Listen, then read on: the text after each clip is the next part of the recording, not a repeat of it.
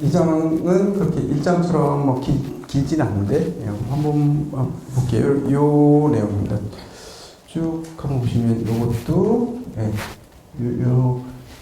한번 먼저 읽어볼까요?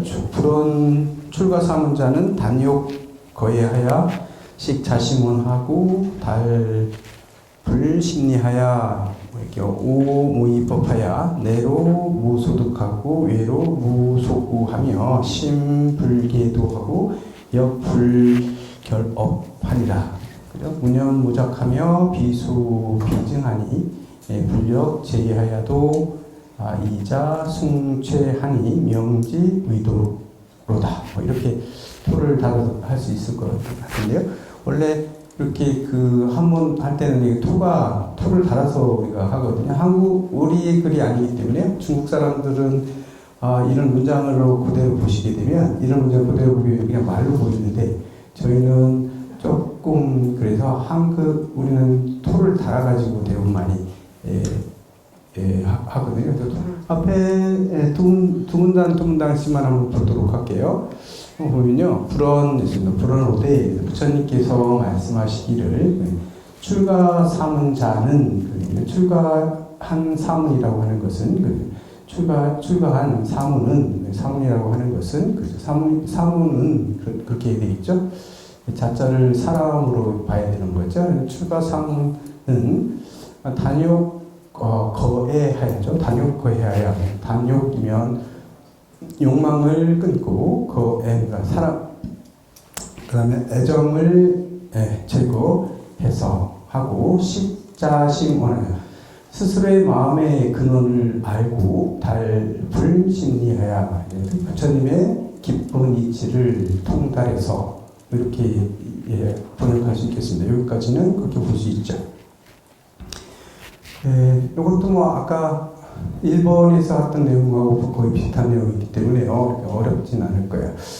결과적으로는 우리가 이제 사성대에서도 우리가 얘기하지만 고진멸도할때 집에 해당되는 것들이 우리 고통으로 여기는 근본이 되거든요. 그래서 이 집착이라는 것들은 애정, 욕망 이런 것들을 얘기하고 있죠. 이런 집착에 의해 가지고 우리 고통이라는 우리 사바세계가 만들어지고 있고, 그래서 사바세계는 항상 불안정하게 돌아가기 때문에 괴롭고 항상 마음이 편안하지 않고 이런 세상으로 우리가 살고 있는 거잖아요. 그 원인은 집착 때문에 그렇다. 이 집착만 내려놓으면 그런 혼동이나 불안정이나 이런 것은 사라졌기 때문에 고는 사라지게 돼 있는데, 그래서 여기서 원인을 얘기하는 거죠. 원인을 끊어버리는 거예요. 욕망을 끊어버리고 내가 하고 싶은 건 내 이기적으로 하려고 하는 이런 것들을 끊어버리고 그거에 뭔가에 대한 애정, 애착 이런 것들을 제거해서 그렇게 하게 되면 식자심원이에요.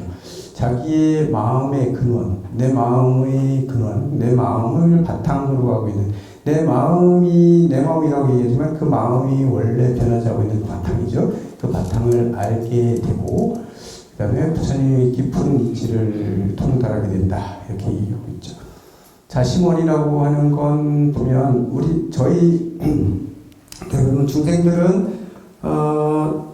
내 마음이라는 걸 어떤 게 내 마음이냐 이렇게 하면 오늘 지금 밥 먹은 줄 알고 지금 피곤하고 좋고 나쁘고 지금 판단하고 있고 내가 어디 있고 이렇게 알아차리고 뭔가를 판단하는 그게 내 마음이다 이렇게 얘기를 하잖아요. 그런데 이제 내 마음이라는 것도 사실은 실체가 없는 건데 부처님은 그래서 우리가 지금 내 마음이라고 하는 것들을 거의 다 뭐라면 망심이라고 얘기하거든요. 허망할 망자에다가 망심에서 망심 또는 거짓가짜도 뭐 이런 얘기 많이 하잖아요. 이게 왜 그러냐면요. 이게 사실은 내가 오늘 좋아하고 뭔가를 좋아하는 것들도 전부 다 사실은 내 마음이 좋아하는 것 같지만 그 좋아하는 게 내 마음이라고 생각하지만 이 내 마음이라는 건 여태까지 과거부터 해가지고 쭉 우리가 만들어 놓은 내가 경험했던 그리고 내가 어떤 경험을 통해 가지고 관념들이 생기고 어떤 이런 것들이 우리는 업이라고 하는데 이런 업들이 이 바탕이 돼서 뭔가를 판단하는 거거든요. 밖에 있는 그대로를 판단하는 게 아니라 이 업에 의해서 세상을 판단하고 우리는 그렇게 살아요. 그렇기 때문에 우리는 항상 밖에 있는 대상을 바라보고 있다 하더라도 밖에 있는 대상을 있는 그대로를 보지 못하죠. 있는 그대로 보지 못하고 우리는 항상 왜곡된 것들을 내가 판단해서 이해하고 있거든요. 그렇기 때문에 이 마음도 그렇기 때문에 그 업에 의해서 계속 바뀌어요. 어저께까지는 예를 들면 뭐 먹는 거 얘기할 때 뭐 짜장면을 좋아했는데 어느 날부터는 짬뽕이 더 좋아지고 이런 것들이 뭔가를 좋아하고 판단하는 게 내 마음이라고 한다면 그 마음은 어제는 짜장면 좋아했던 게 내 마음인데 오늘은 또 짬뽕이 더 좋다. 이렇게 마음이 계속 바뀌는 거거든요. 바뀌는 이유는 항상 그 어떤 기준, 내가 가지고 있는 지식, 경험 이런 것들이 요 나의 바탕의 기운들을 만들고 있기 때문에 이런 것들 뭐를 판단해서 아는 것 같지만 사실은 그것도 다 이게 나의 업에 의해서 만들어낸 실제를 알고 있는 게 아니다라는 얘기죠. 그래서 오늘 우리 지금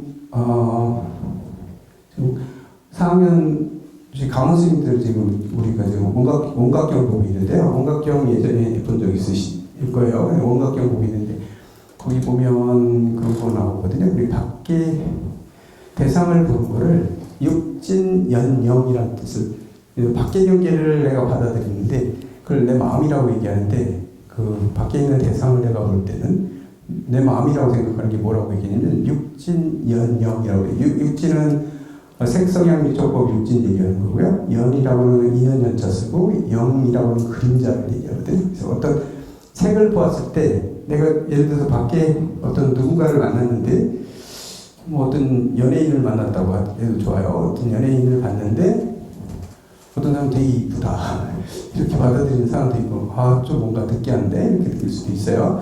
지금 우리 학생님들 그래서 나는 밖에 있는 대상을 나는 있는 그대로 내가 보고 있다고 생각하지만 사실은 밖에 있는 대상을 있는 그대로 내가 보고 있는 게 아니라 그 밖에 있는 그 대상이 분명 대상이 되고 있긴 있지만 그 대상에 나의 경험과 나의 어떤 그동안에 있었던 내 가치관 그리고 내 지식 모든 것들이 다 종합돼 가지고 그 상대를 내가 받아들이고 있는 거거든요. 그 밖에 있는 대상을 그대로 받아들이는 게 아니라 그 사람의 그림자를 보고 있다는 거예요. 그래서 내 업에 의해서 그림자가 만들어진 것처럼 이렇게 보여지는 거거든요.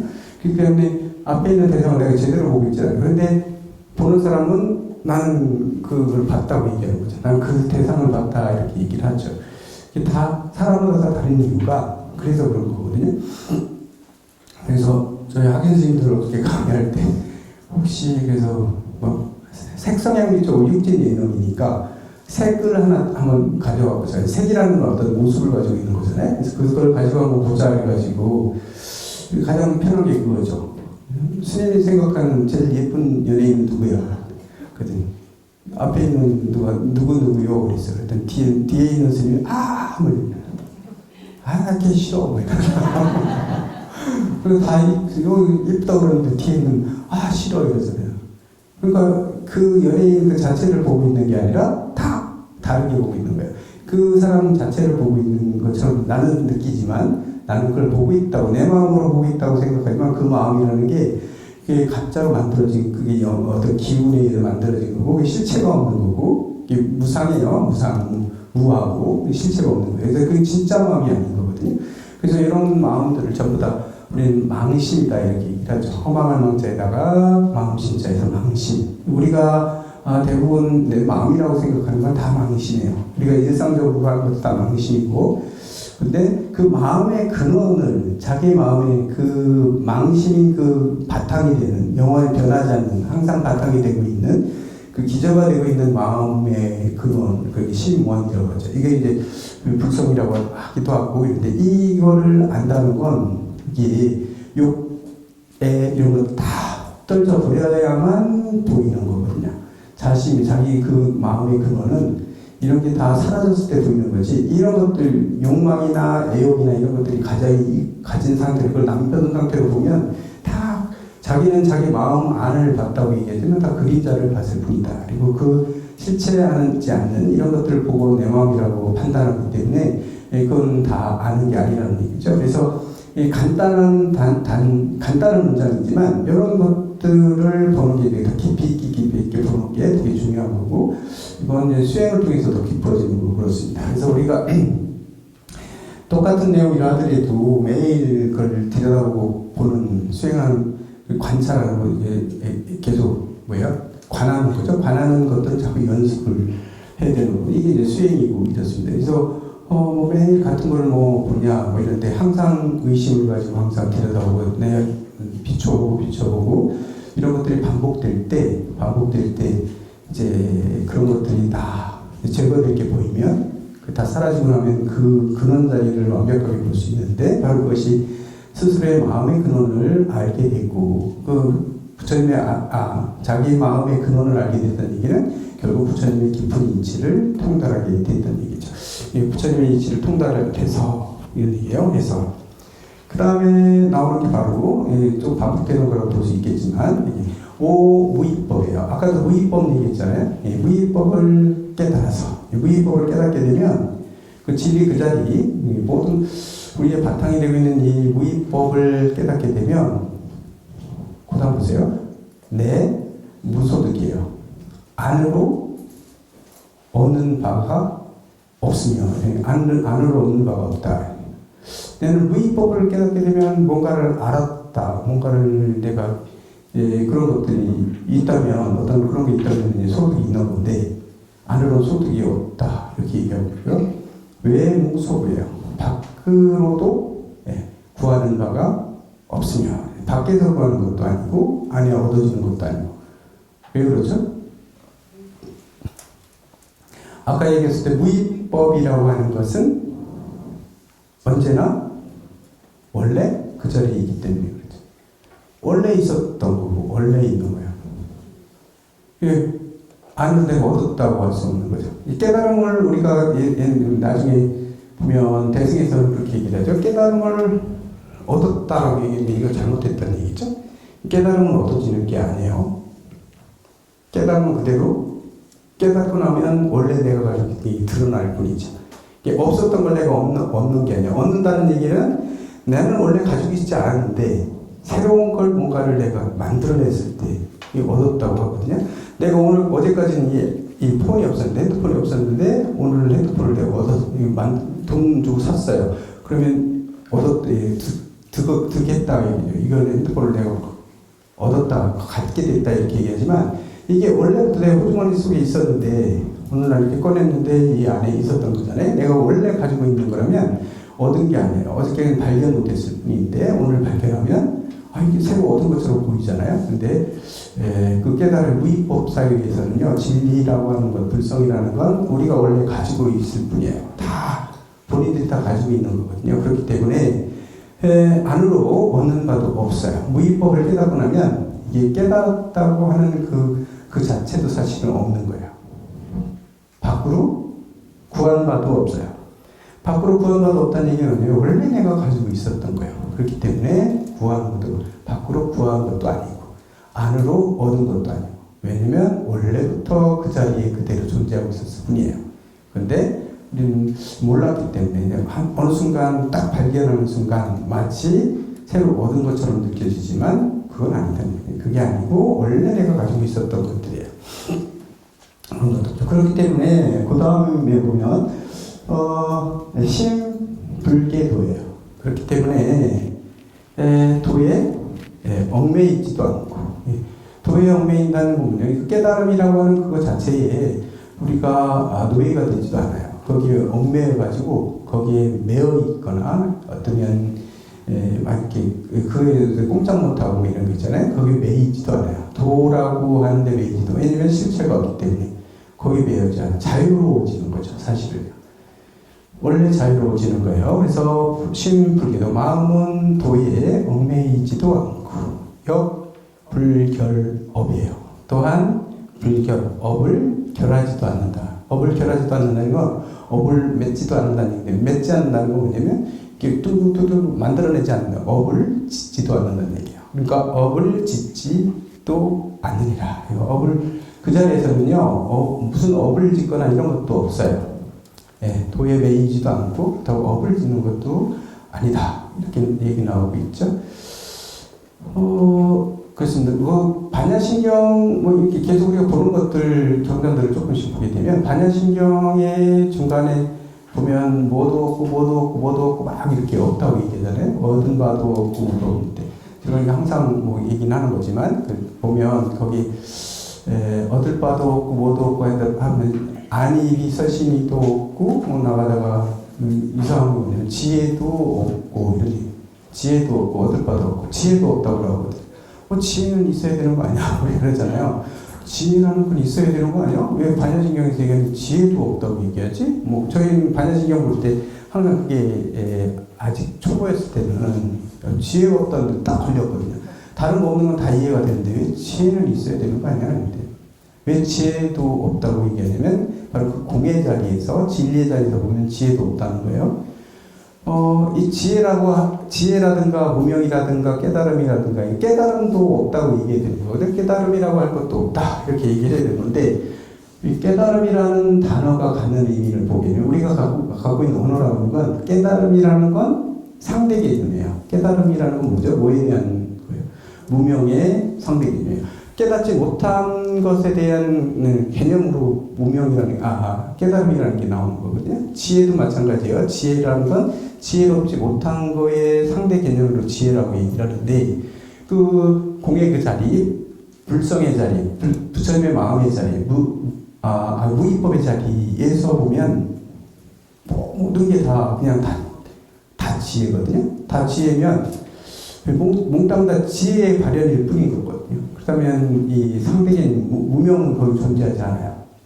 무명이라는 건 존재하지도 않고, 그 다음에 그 미혹이라는 깨닫지 못했다는 그 미혹이라는 것도 존재하지 않아요.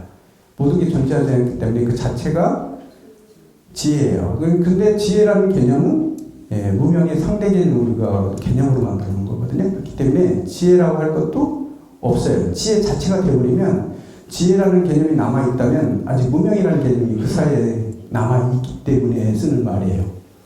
어렵나요? 어려운 건 아니죠. 지혜라고 하는 말 자체도 그런 개념 자체도 상대 개념입니다. 다 모두가 다 지혜가 되려면 더 이상 지혜라는 말은 쓰지 않는다는 얘기죠. 우리가 뭐 이 세상에 살아가고 있는 존재가 이 세상에는 딱 인간밖에 없다고 생각해보세요. 동물은, 살아있는 동물은 인간밖에 없다고 생각하면 다 인간이에요. 살아있는 숨쉬는 인간. 그러면 인간이라는 개념도 존재하지 않을 거예요. 다. 그런데 우리가 살다 보니까 우리 살아가는 동물 중에는 개도 있고 고양이도 있고 다 다르거든요. 품종이 완전히 다르죠. 얘들은 고양이고 얘들은 개예요. 그리고 거기에 대비해서 우리처럼 이렇게 생겼고 이런 업을 가지고 이렇게 살아가고 있는 사람들이 인간이다. 이렇게 개념이 나오거든요. 상대 개념이 다른 애들이 있기 때문에 인간이라는 개념을 만들어서 쓰는데 모두가 다 인간이라면 인간이라는 개념이 그런 말이 있을 필요가 없죠. 있을 필요가 없는 거거든요. 인간이라는 말이. 그처럼 모든 건 다 뛰어넘어서 모든 것들 바탕이 되고 있고 모든 진리의 바탕이 되는 그 자리, 진리만이 존재하고 있는 업이나 이런 것들 다 없애버리고 그 자리에서 봤을 때는요. 더 이상 지혜도 없다는 얘기는 이제 지혜라는 개념조차도 사라진 진리의 상태를 얘기하고 있는 거예요. 모든 상대 개념이 존재하지 않고 있는 절대의 그 세계에 들어갔을 때는 지혜라고 하는 말조차도 있으면 안 되는 거죠. 그래서 반야신경에서 모든 게 다 없다 하면서 지혜조차도 없다고 얘기하는 건 그런 의미에서 얘기하는 거예요. 지혜로운 거 이런 것들 부처님의 지혜나 이런 것들이 다 없다는 얘기가 아니고 그런 개념이 아니고 진여의 입장에서 그 자리에서 그 입장에서 봤을 때 지혜조차도 없다는 거거든요. 그러니까 여기서도 도에 매이지도 않고 그렇다고 업을 만들어내지도 않아요. 무위법 속에서는 그렇다는 얘기죠. 철가삼은 그렇다는 얘기예요. 그 다음에 마지막 학을 보게 되면 뭐라고 했냐면 무념무작하며 비수비증하니 불력 제의하여도 이자 숭죄하니 명지 위도오리라 이런 얘기인데요. 무념이라고 하면 생각 어떤 개념 이런 것들을 생각하는 것도 없어요. 그 자리에서는 무의도의 입장에서 지금 무의법의 입장에서 지금 얘기하는 거거든요. 영도 그다음에 무작이라는 건 뭐냐면 일부러 막 짓는 걸 얘기하는 거죠. 이거 뭔가를 만들어내는 거예요. 작이라고 하는 건 자기적이다 뭐 이런 얘기 하죠. 우리가 일상적인 생활할 때 뭐 누구를 무슨 얘기를 하면 너무 자기적이야 이런 얘기 쓰잖아요. 자기적이라는 얘기는 일부러 막 만들어내는 거죠. 저 자연스럽지 못하고 자기적이야 이런 얘기 쓰잖아요. 이 작은 뭔가 짓는 걸 얘기하는 거거든요. 이게 염도 없고요. 뭐 생각조차 보긴 망념이라는 거는 남아있지 않고 그 자리에는 망념이나 이런 쓸데없는 우리의 업에서 만들어지는 그런 생각들, 이런 개념 이런 것들도 그 자리에 존재하잖아요. 그래서 무념이에요. 망념의 영이에요 여기서는. 그래서 그런 실체하지 않는 그런 생각들, 개념들, 어떤 기준, 그런 이런 것들도 그 자리에 존재하지 않아요. 그래서 무념이에요. 망념이라는 것도 없고, 근데 무작이에요. 뭔가 짓는 것도 없어요. 그 자리는 그 상태 그대로 유지하고 있지, 거기서 일부러 그 지리를 만들어낸다거나, 뭐 수행을 만들어낸다거나 이런 것도 없어요. 자기적이지 않아요. 그러니까 수행이라는 것도 억지로 뭘 하는 게 아니에요. 억지로 뭔가를 해서 만드는 건 자기거든요. 뭔가를 해서 만드는 거. 그런데 무작이라고 하는 건 그런 일부러 뭔가를 일부러 이렇게 하고 의도적으로 뭘 하고 이런 것들도 그 자리는 없다는 얘기예요. 무작, 무념작. 그다음에 비수, 비증자. 그렇기 때문에 그 자리에서는 닦을 것도 없어요. 닦는다는 개념조차도 없고요. 닦는다는 게 닦아서 증득한다는 것조차도 없어요. 증득한다는 건 그걸 내가 체험해서 완전히 내 거로 만드는 거거든요. 이 증도 없다. 비도 아니고 증도 아니에요. 그렇기 때문에 수도 아니고 증도 아니에요. 닦는 것도 아니고요. 그 자리에 보면 닦는다는 것도 아니고 증득한다는 개념을 쓸 수도 없어요. 증이라는 것도 아니어서 얘기죠. 아니어서. 그 다음 뭐죠? 불력제의예요. 불력제의라고 하는 거요. 제의를 지나지 않아도. 제의를 지나지 않는다는 건 무슨 뜻일까요? 어떤 우리가 수행하는 데 있어서 단계들이 있거든요. 이 단계, 뭐 아직 이제 쭉 수행의 단계들을 얘기해요. 화엄경에서는 52위를 얘기하죠. 52위, 10신, 10주, 10행, 10회양 이렇게 단계별로 수행의 단계들을 얘기해요. 이 단계에서 올라가면 이 단계 수행의 단계들을 쭉 얘기해서 마지막 깨달음의 자리까지 52위를 얘기하는데 이런 것들 차례대로 우리 살아가는 데 있어서 그렇잖아요. 뭐 계단 올라갈 때도 첫 번째 계단 오르고 두 번째는 한꺼번에 딱 올라갈 수는 없잖아요. 이렇게 단계별로 차츰차츰 올라가는 걸 우리는 제의를 지나간다 이렇게 얘기를 하는데 이거는 뭐냐면 불력제의예요. 그러니까 그렇게 단계를 밟지 않고 한꺼번에 쑥 되는 거죠. 깨달음의 자리를 푹 들어가고 있는 거예요. 바로 들어가는 거죠. 그래서 불력제의하야도 그러니까 그 모든 그런 단계, 수행 단계를 거치지 않고도 있는 얘기예요. 수행하게 않게 하니 수행의 단계를 밟지 않고도 자승최다. 스스로 최고로 수승하다. 최고다. 최고로 홀로 최고 높고 뭐 이렇다는 얘기. 높고 최고이고 뭐 있는데 제일 높은 자리까지 높은 그런 상태를 유지하는 거죠. 모든 일을 거치지 않고도 곧바로 최고의 그런 자리, 그 최고의 그 깨끗한 그 자리에 바로 그 자리에 있게 되는 것이니 명제위도다. 이것을 이름해서 뭐라고 하냐면 도라고 이름한다. 이것을 도라고 한다. 이것을 이르되 도라하나니라. 도는 무위법을 얘기하고 있어요. 도를 다른 말로 얘기하면 무위법이죠. 무위법이라고 한다는 얘기죠. 앞에서 계속 얘기했던 무위법에 해당되는 거다 이렇게 볼 수 있겠어요. 해탈도, 무위도, 위법 또는 해탈도 뭐 이렇게 얘기할 수 있는 그런 도를 그것을 이어서 도라고 이름한다. 그것을 이어서 무위법이라고 한다. 바로 그 진리의 그 자리에서는 그런 상태로 된다는 얘기를 지금 하고 있는 거거든요. 여기서 보면 소득 없는 길인데 이게 원래 가지고 있는 거기 때문에 얻은 바가 없다 이렇게 얘기를 하고 있는 거거든요. 지난번에도 얘기하는데 불교대회에서 능언경을 한번 보고 싶다 그러시던데 능언경은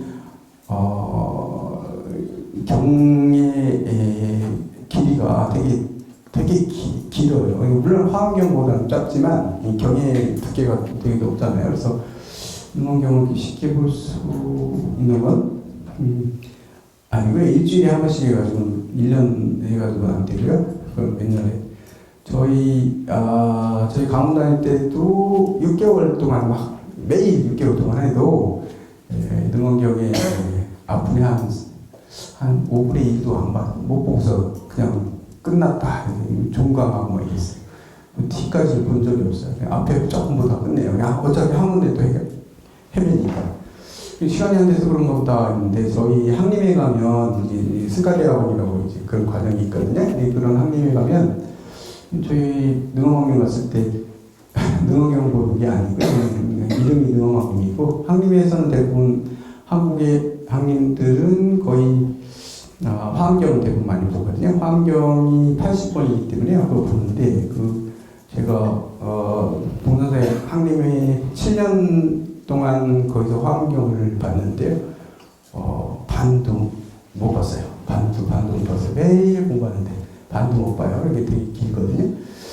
어쨌든 왜 지금 이 얘기냐면, 능엄경에 보면요. 능엄경이 처음에 보면 이 마음자리를 되게 중요하게 생각하기 때문에 무위법에 대한 얘기를 지금 계속하고 있잖아요. 그 자리를 우리가 공부에 들어가야 되는 거예요. 우리의 목표는 그 자리예요. 그런 마음자리를 공부하는 게, 그 마음을 우리가 알아차리고 그 마음을 증득하고 그 마음을 보는 게 바로 우리의 수행이다 얘기할 수 있는데요. 그런데 능엄경 보면 처음 우리가 봤던 게 처음 조금만 봤는데, 예전에 그때 보면 그런 얘기 하거든요. 능엄경에 보면 대충 보신 분들도 있겠지만, 능엄경을 조금 소개하면 그런 거죠. 하루는 부처님이 대중공연을 처음을 받아가지고 그 대중들이 전부 다 갖게 됐는데, 그때 안한존자만 다른 일이 있어서 일을 보기 위해서 못 쫓아가요. 못 쫓아가고 다른 일 보러 갔다가 오다 보면 어디서 밥을 중간에 사시를 넣으면 그 당시에는 밥을 못 먹기 때문에 오후 음식이잖아요. 오후에는 공양 못하게 돼 있어요. 지금 남방에서는 그렇게 해요. 남방에서는 옛날 그대로 해서 오후에는 밥을 안 먹어요. 이게 밥을 먹으면 안 돼요. 이게 계율을 어기는 거지.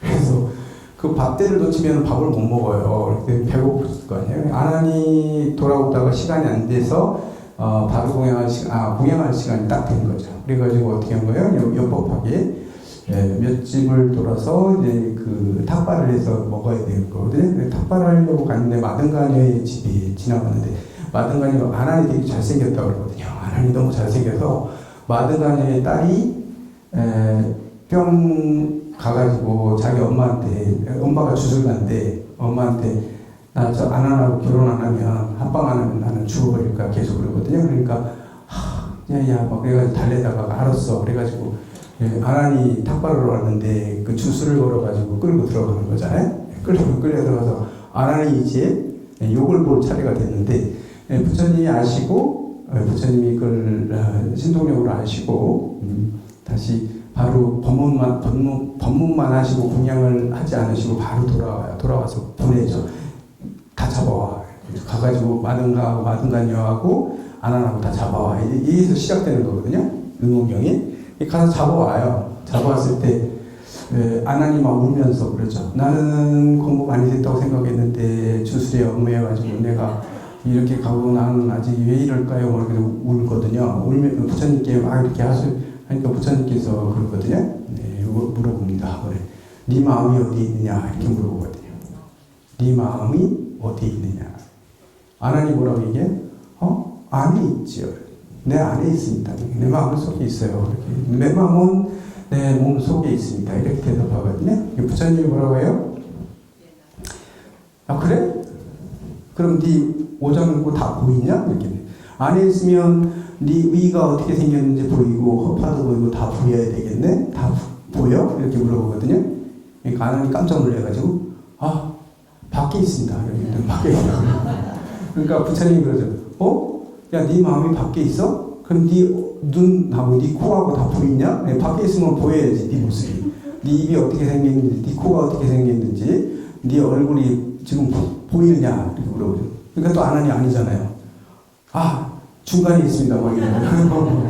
그럼 중간에 있으면 이게 부처님이 계속 얘기하는 거예요. 계속. 그래? 그 얘기하면 안 하니 이거 아니네 이래가지고 몇 번을 얘기하냐 7번을 계속해서 반복하는 거예요. 7번을 어디 있습니다 계속 하는데 부처님께서 7번까지 물어봤을 때 안 하니 더 이상 대답할 게 없어요. 모르겠어요. 그래가지고 그 자리에서 모르겠다고 얘기하잖아요. 그러니까 부처님이 그 다음부터 설명해 주시는 건데요. 그때 보면 부처님이 어디 있다고 얘기를 안 해요. 사실은 근데 지금 와서 보니까 바로 그 뒤에 있는 문장에서 부처님께서는 거기에 대해서 얘기하고 있는 거예요. 왜 부처님께서 처음에 이 질문을 하셨냐면요. 왜냐면 그 얘기하는 거예요. 변화는 자기 진짜 마음을 가지고 공부를 해야지. 그 무위법으로 공부해야 되는 거예요. 그 자리 아무것도 없는. 그 자리에 그걸 바탕으로 해서 공부를 해야지. 계속 변화하고 있는 마음을 따라서 그놈을 주체로 해서 공부를 하게 되면 나중에 깨달음이 얻었다. 깨달음을 계속 변할 거다. 이런 얘기예요. 움직이는 배를 타고 계속 움직이는 배를 멈춰야지 계속 밖으로 아무리 해봐야 절대로 계속 오늘은 여기 딱 멈춘 것 같은데 다음날 자고 나면 다른 데가 있고 다른 데가 있고 깨달음이라고 하는 것도 변할 것이다. 매일 변하고 있는 네 마음이라는 건 지금 우리가 생각하는 이 마음이라는 건 매일 변하거든요. 오늘도 변하고 내일도 변하고 계속 변화되는데 이 변화된 그 마음을 중심으로 해가지고 이 마음을 가지고 그놈을 초점으로 해가지고 네가 공부를 했을 때 얻어진 결과도 오늘 그걸 통해서 얻었다고 해봐요. 막 계속 공부를 얻었는데 이 얻은 공부는 내일 마음이 또 바뀌면 같이 깨달음도 변하게 된다는 거죠. 그래서 진짜 깨달음은 얻을 수가 없어. 그 얘기입니다. 그래서 뭘 잡아 들어가야 되냐면 진짜 영원히 변하지 않는 중심이 되고 있는 그 바탕이 되는 그 마음을 정확히 그 목표로 해서 그거를 중심으로 해서 공부를 해나가야지 매일 변하고 있는 우리가 일상적으로 살아가고 다니는 그 마음을 진짜 마음이라고 생각해서 이 먹고 이 마음이 먹고 이렇게 해서 들어가가지고는 안 된다는 거예요. 그럼 안 된다는 걸 처음에 얘기해 주고 있는 거거든요. 이게 이제 능공경에서 처음에 부처님께서 네 마음이 어디 있느냐 물어봤을 때 그 마음을 아나에게 물어본 거예요. 근데 아나는 내가 지금 생각하는 이거 판단하고 하는 이 마음을 내 마음이라고 생각했어요.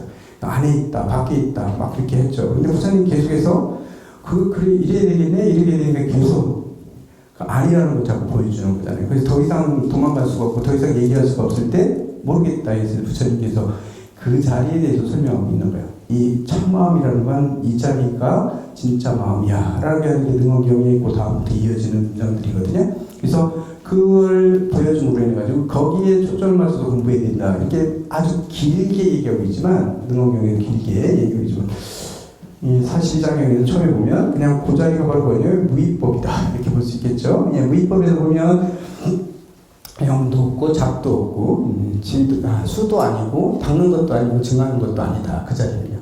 이게 우리는 당연히 닦아야 돼요. 이렇게 수행에 통해서 내가 아직 모르면 내 자신에 대해서 모르고 내가 어떻게 행동하는 게 옳고 그런 것들도 잘 판단이 안 쓰고 거기 내 선입견 가지고 잘못 판단하고 살아가고 있다면 그런 거 맨날 괴롭고 이렇게 힘들고 이렇다면 그런 것들을 떨쳐버리기 위해서는 닦아야죠. 아니 그런 것들 봐도 닦아야 되고 닦다 보면 그 자리에 다 하나씩 빼다 증득하게 되잖아요. 이 증득하게 되는 게 이치에 맞는데 이 무위법의 자리에서는 그 자리에서 갈 때는 사실은 닦는 것도 아니고 증득하는 것도 아니야. 왜냐면 그건 다 이미 그 바탕에 갖추고 있기 때문에 그렇다는 얘기지.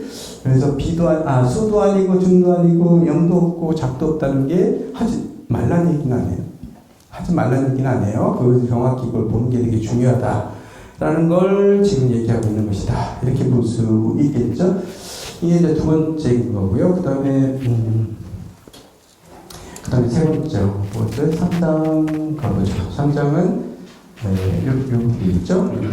두 줄로 돼 있어도 짧게 돼 있는데 요거는 한번 읽어보면 불언 체제 수화하고 이 사문하야 수두복자는 거세 자제하고 걸고 취족하라. 일중일식하고 수하일숙하며 신물 제의하라. 사인 우패자는 애여 요견이라. 이렇게 지금 얘기하고 있는 건데 하나씩 볼까요? 예, 이거 번역해보면요. 부처님께서 말씀하시기에 채라고 하는 건 머리 깎는 채예요. 이렇게 깎일 채자죠. 머리를 그러니까 채질이 깎아서 없앤다는 얘기인데, 그 다음에 수발이니까요. 수는 수염 수자고 발은 머리털이니까 머리털과 수염을 모두 깎아 버려서 이걸 다 버리고 깎고 머리 그런 거죠. 이런 머리털 깎고 수염을 다 깎아버려가지고 이 사문이죠. 사문이 된 자는 사문이 된 자는 사문이 되어서 도법을 받은 자는 이 도법이죠. 도법을 받은 자는 도를 이루기 위한 그 자는 그런 사람은 이렇게 나가고 있는데요. 여기서 체제 수발이라고 했는데 여기 저희 번역에는 뭐 그런 얘기들도 있지만 머리를 깎고 수염을 깎는 이유는 뭘까요? 부처님 제자들은 머리를 깎게 시키거든요. 머리를 깎고 수염도 깎고 머리도 깎게 시켜요. 머리를 삭발하게 시키잖아요. 삭발하면 보기 좋아서? 아니요. 부처님은 보기 싫어요. 삭발 안 하는 게 더 이뻐요. 이쁘고 더 멋있을 거예요. 삭발하면 뽀대가 안 나요, 사실은요. 뽀대가. 하지만, 가끔씩 그런데, 이게 뭐 우스갯소리로 그런 얘기도 하죠. 스님들은 어디 가서 변장하기도 참 힘들죠. 머리를 빡빡 깎았는데, 거기다가 가발 써야 되겠죠. 그런 가발을 쓰면 되겠지만, 그렇게까지는 뭐, 가발 안 쓰면 표가 바로 나잖아요. 근데, 그래서 가끔씩 타조교는 참 잘했고, 거기가 더 잘한 건가? 여기, 옷만 딱 바라보면, 누구, 신부님인지, 목사님인지, 모르잖아요. 이게 제가 신도인지 모르는데, 스님들은 표가 파나요. 어쩌건. 그래서 이런 것들이 보면 수행하는데 잡념이 없게 해주기 위해서 그런 것도 있거든요. 수행하는 데 있어서 딴 생각 못하게 하기 위해서 모양이 좀 안 나는 것들이야. 수행하는 그 마음 자리 잡는 게 되게 중요하죠. 그렇기 때문에요. 머리를 깎고 수염 깎는 이거는 대부분 머리를 깎는 게 이제 번뇌를 깎아버리고 밖에 있는 명예도 깎아버리고 다 그런 개념들도 같이 있는 거예요. 그래서 그런 것들이 연연하지 않기 위해서 다 깎아버리는 거죠. 근데 불교는 불교는 처음 접하신 분도 있으니까 보면 불교를 아마 타조교에 비해서 불교는 뭐라고 해야 되나 우리가 선하고 고행 불교는 고행하는 종교라고 그렇게 알수 있잖아요. 고행이라고 생각하잖아요. 불교는 고행이 아니에요. 인도에 보면 불교가 고행이라고? 진짜 고행하고 있는 종교들은 따로 있잖아요. 인도에서. 자이나교는 그중 대표적인 교가 자이나교인데요. 이 자이나교는 머리를 깎지 않아요. 어떻게 하죠? 네? 그냥 메고 다녀요? 머리를 뽑아요. 머리를 다 뽑아내죠. 왜냐면 더 이상 저거기 번뇌를 다 뽑아내요. 다 뽑아내고. 고행은 고행 어떻게 보면 고행이죠. 머리 뽑는 것도 이제 습관이 되면 그렇게 힘들지 않을 거예요. 처음이나 아프지 그다음부터는 오히려 우리 보면 왁싱하는 분들 처음에는 아프고 그다음부터 왁싱도 많이 하는데 근데 이렇게 머리칼 같은 것도 다 이렇게 뽑아내는 머리도 그렇게 많지 않으니까 뽑아내도 하루 날 잡아서 다 뽑아낸다고 하더라고요. 석발일날 쭉 뽑아서 없앤다고 얘기하더라고요. 그분들은 그렇게 이제 뽑아내는 거고 그다음 뭐죠?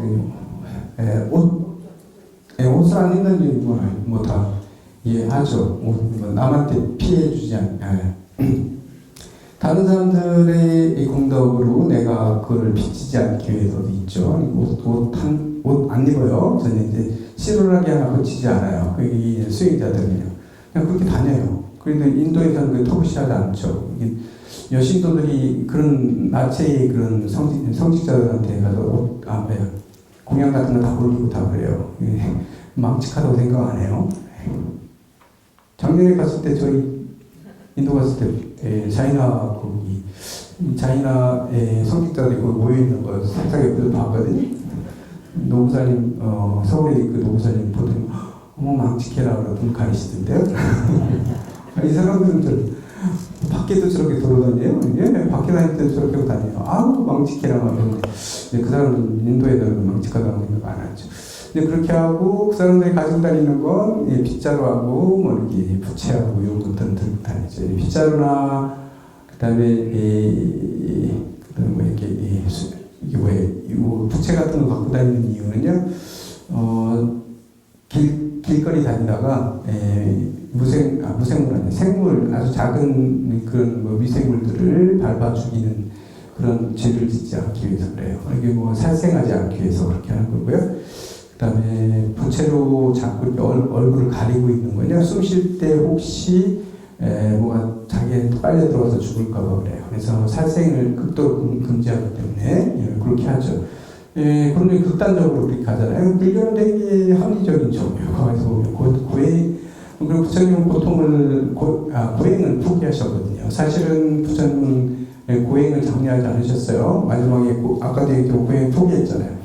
어디냐면 전정각산에서 6년 동안 고행을 해가지고 완전히 다 말라가지고 뼈가 앞에 있는 백가죽이 등 뒤에 붙을 정도의 고행상 있잖아요. 그렇게 해서 최고의 남들은 게임이 안 될 정도의 그런 고행을 하시다가 그 느낌 뭐냐면 부처님께서 뭘 깨달으셨냐면요.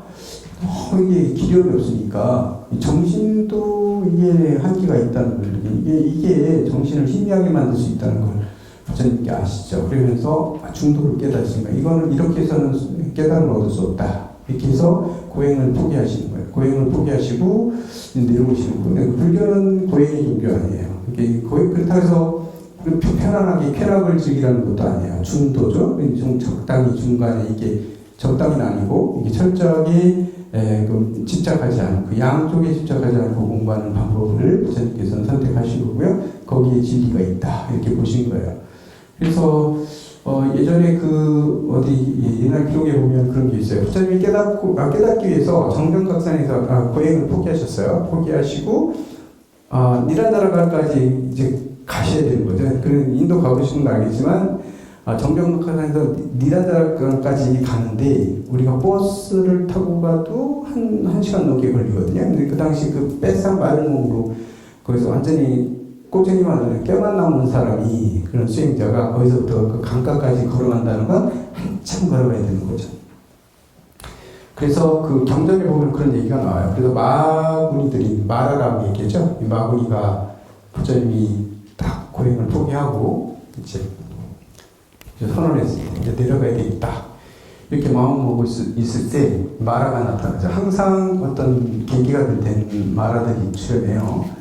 마라가 나타나서 뭐라고 얘기하냐면요. 부처님께 이 얘기도 한번 하는 게 부처님의 성품이라는 불교의 특성을 알 수 있는 내용이기 때문에 얘기 들으면 부처님께 그렇게 얘기합니다. 당신은 수행을 6년 넘게 하고 수행력이 되게 높기 때문에 수행력이 되게 높아서 수행력이 되게 높기 때문에 뭐냐면 이 자리에서 바로 당신의 건강을 회복할 수도 있지 않느냐. 몸의 건강을 회복한 다음에 그 다음에 바로 깨달음을 얻으면 돼. 깨달음을 이루게 되지. 뭐하러 저기까지 이런 몸을 가지고 가면 충생들을 왜 괴롭히냐. 충생들이 괴롭지 않겠냐 이거죠. 다 그걸 바라보는 충생들을 생각을 안 하느냐. 이 자리에서 그냥 깨달아버려. 이거죠. 회복해서 깨달아버려. 저기까지 가려고 그래. 그거는 자비심이 없는 거야. 막 이러거든요. 부처님께. 그럼 부처님이 뭐라고 대답하시겠어요? 거기서? 부처님께서 뭐라고 대답했냐면 맞아? 맞다. 내가 여기서 건강을 회복해서 할 수 있다는 건 네가 말한 대로 나도 그럴 수는 있다.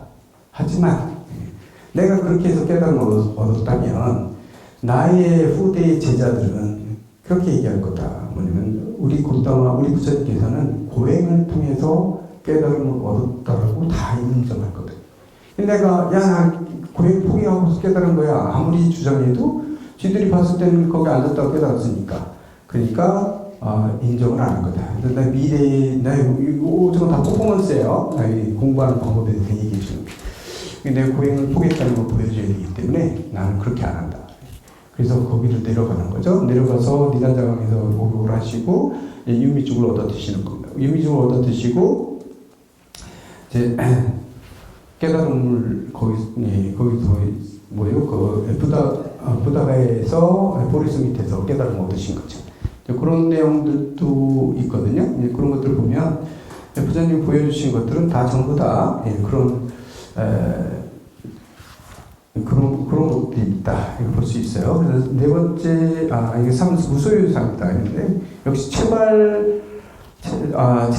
체제 수발역에서 지금 그 얘기 드렸다 보니까 그랬는데요. 어쨌든 부처님께서 말씀하셨다. 머리를 깎고 수염을 깎아서 사문이 되어서 도법이죠. 도의 법, 이 진리의 법을 받은 자는 그런 가르침을 자기가 받아들이는 그런 자는 어떻게 되냐면 거세자재입니다. 거세자재죠. 거세자재요. 거세자재는 뭐예요? 세간에 있는 자본, 재물 이런 거거든요. 이게 밖에 세상에서 얘기하는 재물들이에요. 이게 우리가 밖에 세상에서 얘기하는 재물들이죠. 속세에서 얘기하는 어떤 재물이라든가 재산이라든가 이런 거 얘기하는 거죠. 재물이나 재산을 모두 어떻게 해야 돼요? 버려야 돼요. 버리고, 이 재산을 버려서. 걸고취족이죠. 걸고취족. 구걸해가지고 구하게 되는데요. 무조건 구걸해서 먹게 돼 있어요. 부처님 제자들은, 남방불교에서는 지금도 그렇게 하고 있잖아요. 남방불교에서도 지금도 탁발에서 공양을 해결해요. 탁발에서 공양을 해결하지, 자기들이 뭘 해먹는다거나 이러지 않아요. 이렇게 요리도 승단에서 하지 않죠. 요리도 그 자리에서 하지 않아요. 모든 걸 다 탁발에서 먹고 살아요. 탁발에서 먹을 수 있어요. 그게 이제 법에 맞다 그래서 탁발을 해야 되기 때문에요. 이게 모든 재물이나 재산이나 이런 것들은 다 버려버리고 걸구치족이에요. 이렇게 남은 땅을 빌어가지고 구하는 거예요. 먹을 거나 이런 거는 구걸에서 얻는 것으로서 취족입니다. 이게 만족을 취하라. 만족할 줄 알아야 되는 거예요. 맛있건 맛없건 이런 거를 다 취족하라. 만족하라. 자기가 구한 걸 만족하라 이런 얘기죠. 이게 이제 수행이 되는 게 뭐 그런 것들. 내가 준 대로 내가 먹기 때문에요. 준 대로 먹기 때문에 맛있는 거를 내가 해 먹을 수도 없고, 맛없다 그래서 안 먹을 수도 없고, 준 건 다 먹어야 되는 거니까, 그런 것들이 수행의 일환이 되는 거죠. 음식에 이런 데 대한 욕망들을 버릴 수 있는 좋은 수행법이다 이렇게 볼 수도 있잖아요. 주는 대로 먹으면 돼요. 그런데 스스로 해먹을 수 있게 만들면 자꾸 맛있는 거 해먹으려고 거기에 시간을 많이 낭비하게 될 수도 있어요. 그렇기 때문에 만족을 못할 수도 있어요. 그런데 주는 거에 만족해야 되는 거죠. 그러니까 걸고한 것으로 만족을 취하라 이랬습니다. 이 사문은 수행하는 사람들, 수행자들한테 얘기하는 거기 때문에 이게 재물이라는 것들은 내가 가지고 있지 말고 무조건 필요한 건 구걸이라는 게 좋은 건데 탁발 받아가지고 쓰라는 얘기예요. 무조건 탁발 받아서 쓰게 돼 있어요. 먹는 것도 마찬가지고 우리 입는 것도 마찬가지고 모든 걸 다 오직 뭐에만 신경 쓰라는 얘기냐면 자기 공부하는데 수행에만 신경 쓰고 위법 취직하는 데만 신경 쓰지 다른 데는 신경 쓰면 안 된다는 거고 그런 욕망은 다 버려버려야 된다는 거죠. 그래서 이렇게 이제 구걸에 이렇게 빌어서 구한 것을 가지고 만족할 줄 알아야 된다는 거예요. 맛없어도 맛있어도 뭐 그런 거 구별하지 말고 뭐 이런 얘기죠. 그렇게 하라 이런 얘기죠. 그다음 보겠습니다. 일중일식하고 소화 일숙하며 그런데 진물 제의하라 그랬어요. 이게 뭐냐면 부처님 시대에는 게 하루에 한 번 먹게 돼 있는 거죠. 한 번 먹게 돼. 일중이면 하루에 일중이면 하루에요. 하루 가운데에 일식이에요. 한 번만 먹고 대부분 언제 먹어요? 사십 때 먹어요. 사시에 공양을 하게 돼 있죠. 그래서 보면 저희 우리 이제 북방불교에 와가지고는 뭐 우리가 새끼 다 먹잖아요. 새끼 다 먹고 그리고 이렇게 탁발에서 먹는 건 불가능해요. 이렇게 춥고 뭐 이런 나라에서는 우리나라나 중국이나 이런 북방 국가에서는 이게 탁발에서만 먹고 살라고 하면 되게 이게 환경적으로 안 맞아요. 그리고 저녁에 저거 안 먹 그런 것도 있고요. 그래서 이게 환경하고도 또 완전히 인도에서는 이게 가능한데요. 인도 쪽은. 그런데 이쪽은 안 하는 거죠. 그래서 남방불교 쪽에서는 요대로 그대로 지금 하고 살아요. 근데 북방에서 그렇게 하진 않고 살지만 아침에 우리가 3번 예불을 하잖아요. 아침 예불 하고 사시 예불 하고 저녁 예불 하잖아요. 근데 부처님께 공양 올리는 거 뭐지? 사시 예불 때 부처님께 공양 올리잖아요. 아침에 공양 안 올려요. 아침에는 뭐만 올리면 닭에만 하고 밤에는 향 펴놓고 향 공양하면서 저녁 예불을 드리잖아요. 사시 때만 부처님께 공양 올리는 거예요. 이게 밥해서 부처님께 공양 올리고 예불하게 사시 예불은 부처님께 공양을 올리는 예불이에요. 그래서 마지막 끝날 때도 서로 이렇게 절 안 하잖아요. 부처님께 절하고 나오죠. 이게 사시 예불이 그런데 이래서 하루에 한 끼 먹게 돼 있는 거예요. 그래서 일중에 하루에 한 끼만 먹고 뭐 이런 얘기죠. 한 끼만 먹고. 이 얘기하니까 갑자기 그 생각이 났는데 남방 쪽에는 아직도 이렇게 하는데요. 사시 넘으면 못 먹어요.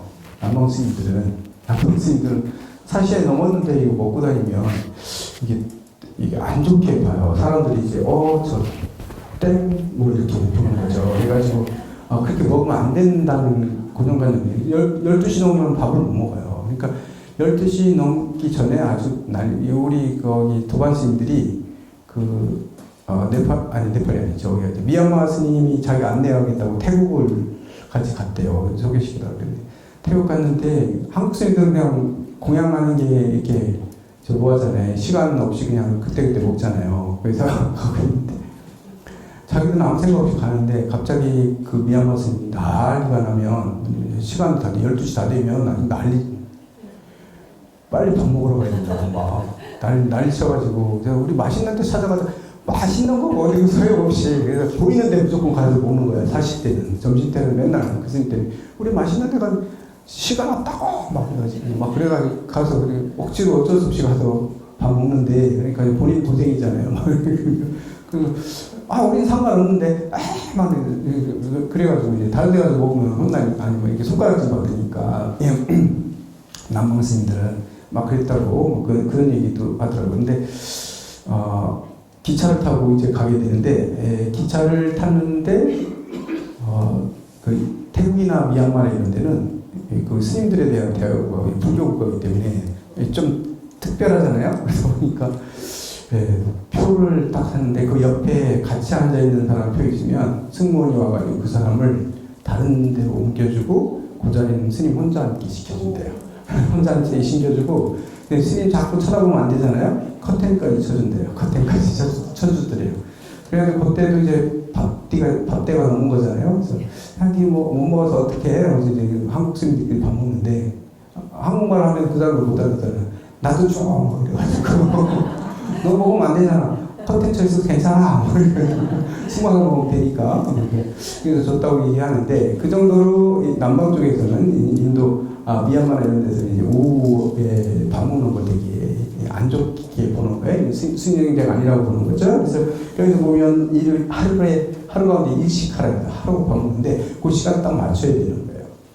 그리고 보면 한국에서도 이렇게 미얀마에 수행하러 가시는 분들 있잖아요. 갈 때 보니까 내가 교수님도 미얀마 수행하러 갔을 때 뭘 많이 가져가냐면 미숫가루를 막 갖고 미숫가루. 왜냐면 저녁 못 먹잖아요. 저녁에 5분씩이기 때문에 그냥 신도들도 안 줘요. 수행센터 들어가면 사실 때 딱 먹고 말거든요. 너무 배고픈 거예요. 먹다가 안 먹으면 저녁 내일 아침까지 굶으려면 배고프잖아요. 그러니까 밥은 못 먹게 돼 있고 물에다 타서 걸쭉하게 하면 이게 죽처럼 물처럼 되면 이거는 먹어도 된대요. 주스나 이런 것들을 먹어도 되거든요. 밥이 아니기 때문에. 미숫가루 타가지고 주스라고 해서 먹는 그렇게 해서 한다고 미숫가루 가져가시더라고요. 그렇게 하는데 어쩌면 그게 이제 그쪽 법이에요. 그것들이 토시하기 때문에 그런 걸 하면 부처님 그렇게 하라고 했으니까 그런 거죠. 그래서 하루에 한 끼 밥을 먹고요. 그다음에 수화일숙이에요. 수화일숙이 뭐냐면 나무 아래에서 하룻밤만 자라는 얘기예요. 하룻밤만 자라.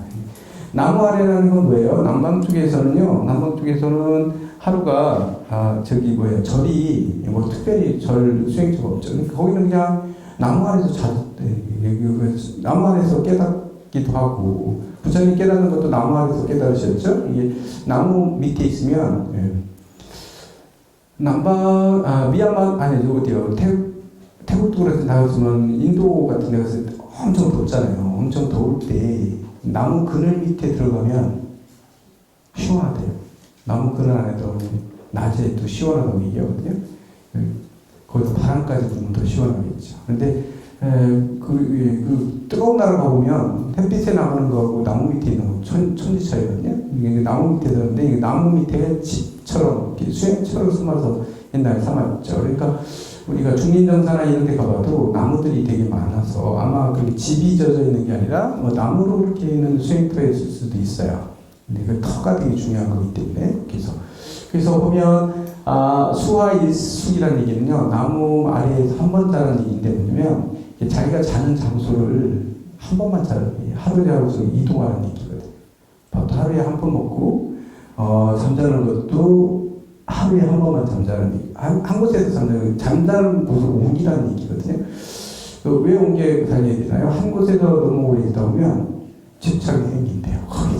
이게 내 집이다. 편안함을 느끼고 거기에 대한 집착, 장소에 대한 집착도 생길 수 있는 거죠.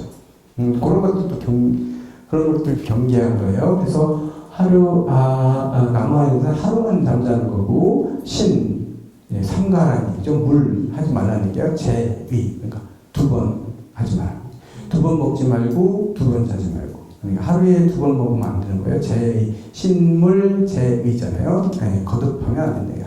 더 하면 안 돼요. 잠도 자기 잤던 데에서 2번 자고 이틀을 자면 안 돼요. 하룻밤만 자고 떠나라 이런 얘기죠. 옛날에는 보면 옛날 스님들은 이렇게 옮겨다니면서 살았어요. 저는 지금 계속 살고 있는데 옛날에는 보면 그래서 성광사에서 한 2년, 3년 수행하시면 그 다음에 옮겨요. 왜냐면 너무 여기 이제 애착이 생기고 내가 적응이 돼버리면 이게 너무 타성해져 버리는 경향들이 있는 거잖아요. 그럼 수행에 방해가 된다 그래서 수행에 이게 도움이 안 된다고 그래서 이제 이동하는 거죠. 이게 이제 몇 년간 한 번씩 이동을 하시거든요. 선방스님들은 계속 이동하면서 사시죠. 계속 여기 살다 그 다음에 다른 자리 가고 계속 이렇게 수행 장소를 자꾸 옮기는 것들도 여기 우리 수행하는 데서 마음 수행하는 이동하는 게 도움이 되기 때문에 그래요. 그래서 나무 밑에서 하룻밤은 자고 2번 자면 삼가라 뭐 이런 얘기죠. 그 다음에 마지막 문장을 보면 사인 우패자는 애여욕야이라 사인 우패자죠. 우패 사람으로 하여금 사자는 하여금 사자예요. 사람으로 하여금 우패하게 하는 거예요. 우패하게 한다는 거예요. 우매하고 이렇게 좀 막히게 하는데 사람으로 하여금 어리석게 만들고 사람을 뭔가에 자꾸 이렇게 폐쇄되게끔 만들고 황폐하게 이렇게 만들어지는 것에는 그런 것에는 뭐 때문에 그러냐면 애와 욕 때문에 그렇다는 얘기예요. 애와 욕이 그런 바탕이 되고 있다 이 얘기를 하고 있는 거죠. 결국은 애욕이 사랑이라든가 욕망이라든가 이런 것들이 사람을 어리석게 만들고 황폐하게 만들고 다 폐쇄적으로 만드는데 그렇게 가둬버리는데 가장 큰 원인이다 이 얘기를 하고 있는 거죠. 지금 앞에 장하고 지금 3장까지 얘기해서 무의법에 대한 얘기들을 계속하고 있고 그 다음에 두 번째로는 애와 욕에 대한 얘기를 계속하고 있어요. 애와 욕을 버리는 게 되게 중요하다는 거죠. 이것들을 떨쳐버리는 게 바로 수행의 가장 근본이다. 뭐 이런 얘기를 하고 있는 거죠. 16페이지 네 번째 보면 제목이 선한 일열까지 이렇게 되어 있는데요. 이거 대부분 보면 10학 배운 얘기, 14는 배운 얘기 아닌데 42장경에서 14에 대한 얘기를 하죠. 앞에 보시게 되면 지금 이게 뭐 글자를 빨갛게 표시하는 것도 애매하기도 하고 밑줄을 그었다 빨갛게 했다 지금 막 그러고 있거든요. 근데 대부분 동사라고 해가지고 또 딱 그렇게 고정시켜 놓으면 또 고정관념으로 또 이렇게 보실 것 같아서 그렇게 안 하고요. 이게 한문의 특성은 그런 면이 있어요. 이게 동사로 해석할 수도 있고 이거를 또 다르게 해석할 수도 있고 명사를 그런 거에 따라서 뜻이 전혀 다르게 뜻이 조금 묘하게 이제 바뀌는 이런 경향들이 있잖아요. 그래서 하다 보면 더 좋게 느껴지고 더 좋아하는 경향이 있거든요. 그래서 이 뜻글자가 갖는 그 특징인 것 같은데 뜻글자가 갖는 특징들 그래서 우리 소리글자가 아니라 뜻글자로 이 글을 써놓으면 이 철학적인 거 이런 거는 뜻글자가 더 맞다고 얘기를 하거든요. 여러 가지로 이렇게 깊이 있게 볼 수 있고 다양하게 같은 문장인데 이렇게 볼 수 있는 그런 묘미들이 있거든요. 그래서 한글로 번역을 잘하면 좋은데 잘했다 하더라도 조금 그런 면들이 있어요. 그래서 한문을 아직도 고집하고 있는 경향들이 있거든요. 아까 보사님 얘기했던 것처럼 저희가 어렸을 때는 문교부에서 한글 전용 막 이렇게 막 해가지고 한문은 하나도 안 쓰면 한글만 가지고 하기도 하고 그러다 보니까 이제 뒤죽박죽 그렇게 하다가 갑자기 또 한문을 또 막 가르쳤던 이유가 한문은 우리 글이 아니다라고 오게 되면 우리의 고전들을 하나도 해석할 수가 없어요. 그리고 우리 고전을 우리 조선시대, 고려시대 이때를 다 완전히 부정하는 결과를 가지고 그때 문화는 이렇게 제대로 이해할 수가 없기 때문에 그래서 그게 하나의 그냥 우리의 문화로 받아들이는 거지 한문이 뭐 중국 글자다 이걸 떠나서요 우리 문화를 그 글을 통해서 표현해냈기 때문에 한문을 무조건 버려서는 안 된다. 전통적으로는 한문을 버리면 우리의 과거를 잊어버리게 되고 맥을 그런 단절의 영향들이 있기 때문에 그래서 한문을 또 수업을 통해서 같이 또 했고 있었는데 하필이면 딱 한글 전용을 주장하고 있을 때 그 커리큘럼이 할 때 학교 다녔던 분들은 한문을 한 번도 안 보고 한문을 못 보고 학교 졸업하고 막 이랬던 그런 저희도 중학교 다닐 때 한문을 안 봤거든요. 한문 없고 막 이랬었는데 저희 졸업하고 나니까 고등학교 졸업하니까 또 한문 과목이 또 생기더라고요. 그래서 저희가 한문 못하는 그런 학번 중에 하나는 저희가 한문을 한문이 좀 어색했던 그런 전에 왔더니 뭐 한문 봐야지 어떻게 알겠어요. 그래서 한문 보다 보니까 이제 조금 익숙해진 거지. 저희도 한문을 진짜 몰랐던 지금도 쓰라고 그러면 잘 못 쓰는 경우도 1번 읽고 해석을 해도 이제 쓰라고 하면 막 헷갈리는 경우도 있는 게 이게 이제 어렸을 때 안 했기 때문에 그래요. 어렸을 때 공부하는 것도 되게 중요하다 이런 생각하는데 제가 이제 30대 그러니까 출가해가지고 제가 좀 다니다가 30대 40대 막 올라갈 때 이 경전보는 거기 그 교육기관에 들어가서 학교 다녔는데 학교가 아니죠. 우리 항림에 다녔는데 그때 어르신께서 맨날 저희 가르치다가 맨날 한탄을 맨날 하셨어요. 늙은 것들 안 된다고 맨날 그랬어요. 우리 40대 늙었다고 30대 20대 넘어간 것들은 가르치면 안 된다고 이랬었어요. 효과가 없다고 맨날 해봐요. 또 도루묵이도 뭐 안 된다고 그러면서 맨날 어디 가가지고 그 고아나 이런 애들 납치에다가 가르쳐야 되겠다 맨날 그래서 효과가 훨씬 낫다고. 그런 아이들은 하면 금방 외우고 금방 하는데 아니 이것들은 나이 먹어가지고 온 것들은 소용없다고 30살 이상은 받으면 안 된다고 막 있었어요. 한문에서 공부하는 거기 때문에 그랬죠. 구박받으면서 했습니다. 그래서 하면 뭐 조금이라도 되잖아요. 한 거죠. 그런 얘기를 했습니다. 근데 보면 그래서 불언 여기 네 번째인데요. 불언 부처님께서 말씀하시기를 그렇죠. 중생이 십사위선 여기 십사위악 이렇게 돼 있어요. 하등 의식이 있고 이렇게 있죠. 중생은 14로서 10가지의 그 일로서 10가지의 그런 10가지로서 그런 얘기죠. 10가지의 일로서 의선입니다. 선을 삼나니 10가지 선을 얘기할 때 이 10가지를 얘기한다는 거죠. 10가지로서 10가지 일로서 선을 삼나니 여기 14가 또한 14, 이 10가지 일로서 악을 삼기도 해요. 선을 삼기도 하고 악을 삼는데 똑같이 14. 그러니까 우리가 여태까지는 보면 우리가 시박참회 막 이런 얘기 하잖아요. 시박참회 10가지 참회한다. 14이라는 얘기는 안 했거든요. 근데 보면 그 14가 사실은 악도 되고 선도 된다는 얘기죠. 예, 악이기도 하고 선이기도 하다. 이렇게 얘기하고 있는 하등의 10있고 했습니다. 어떤 것이 열인가, 열이 되는가, 무엇이 열인가.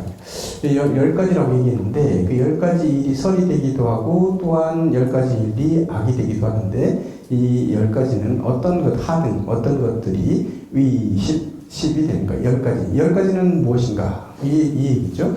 10가지 무엇인가. 예, 이렇게 나오고 있습니다. 10가지라는 건 신삼구사의 3이다. 이건 뭐 기본적으로 이미 다 알고 계시겠지만 몸에 3가지, 그 다음에 입에 4가지, 그 다음에 마음에 3가지가 있다는 거죠. 그래서 10가지입니다. 3, 4, 3이죠. 10가지다. 예, 몸에 3가지가 있고 입에는 4가지가 있고 그 다음에 마음에는 또 3가지가 있는데 첫 번째 신삼자는 몸에 3가지가 있다고 하는 것은 살도음이다. 살도음 3가지죠.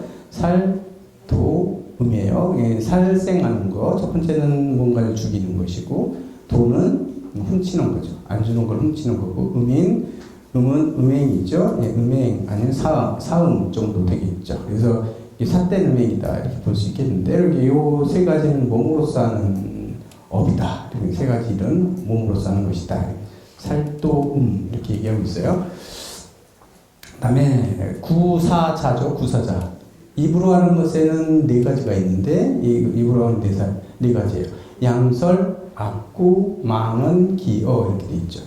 양설이면 혀가 2개이기 때문에 우리 이미 알고 있겠지만 양설 이쪽에 요 얘기하고 저쪽에 다른 얘기하는 겁니다. 두 사람한테 가가지고 이쪽엔 이렇게 얘기하고 저쪽엔 이렇게 얘기해서 둘을 싸움시키는 거죠. 야, 쟤가 너 되게 밉대. 너 되게 못생겼대. 반대로 죽어가지고 쟤가 너 못생겼다. 뭐 이렇게 말을 전해서 양쪽을 싸움 붙이는 거예요. 이간질이죠. 양설. 여기 양설은 나는 안 하고 있나? 양설 가만히 짚어보면 무의식적이 하고 있는 경우도 있어요. 양설 이런 것들 한번 짚어봐야 됩니다.